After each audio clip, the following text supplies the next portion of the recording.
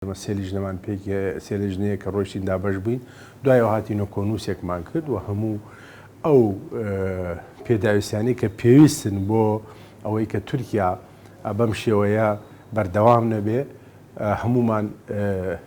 بڵێن نەو کۆنووسا جێ کردەوە و هەمومان بە خاڵ ڕوونمان کردو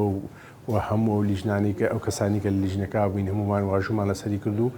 داومانە پەرلەمانی کوردستان بەڵام بەداخەوە ڕوونە تا ئێستا کە ئیشی لەسەر نەکراوە گەر ئیشی لەسەر بکەیانیەوە ساڵێکە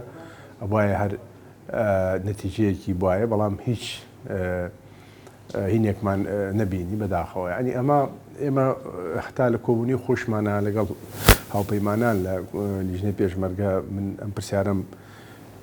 ئاراستیان کردوتم بەداخەوە ئەم داگیرکاریانەی کە ئەکرێتە سەرخاکی هەرێمی کوردستان و لەلایەن حکوومەتی تورکیاوە لە کۆماری ئیسلامی ئێران و بەشێکی ئەو هێزانەی کە ناوی حەشدی شەعبیە لە سنوورەکانی کێشە لەسەرەکان کە ئەمانە ئەگەر ئێوە ئارەزووتان بێ یا ئێوە بڵێن ئەتوانن ڕێگری بکەن بەڵام نایکەن و ئێمە وابین کە ئێوە گڵۆپی سەوستان بۆ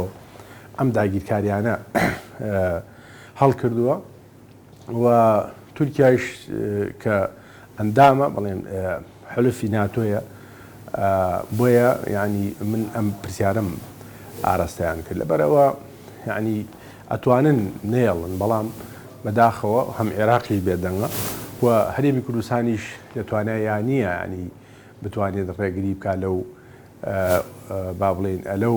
داگیرکاریە کە ئەکرێت ئایا هەرچۆنێک بێت یعنی یا با بڵێن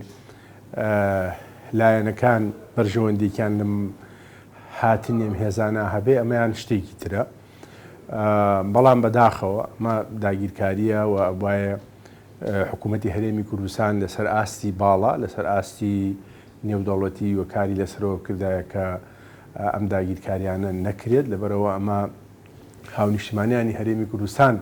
زەرمەند دەبن و بە چای خۆمان ئێمە ئەوانمانە بینی کە هەتا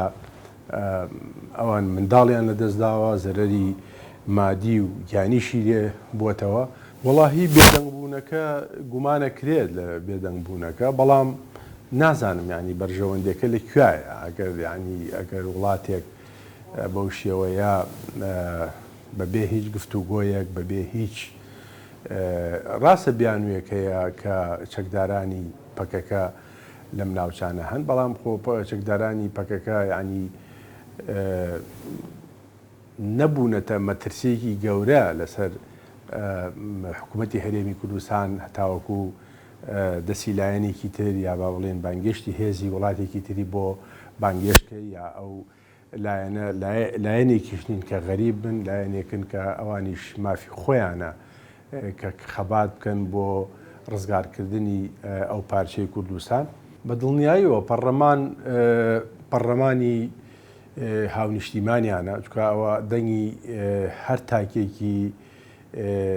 هەرێمی کوردستانە کە کۆبووەتەوە بووەتە ئەو کورسیانەی کە لە پەرلەمانی کوردستانە هەیە یعنی حەقا هەر شتێک یا بچووکترین شت لە هەرێمی کوردستان ڕووبا پەرلەمانی کوردستان کۆبێتەوە و قسەی لەسەر بکە بۆ ئەوەی بزانێ ئەمە چ پێویستەکە بکرێ و لە ڕێگەی پەرلەمانەوە حکوومەت و سەرۆکایەتی هەرێم و لایەنی پەیوەندیدار ئاگادار بکرێتەوە بۆی ئەمە ڕوونەدا بەڵام بەداخەوە تا ئێستا کە ئەو کۆبوونانەمان نەبینیوە.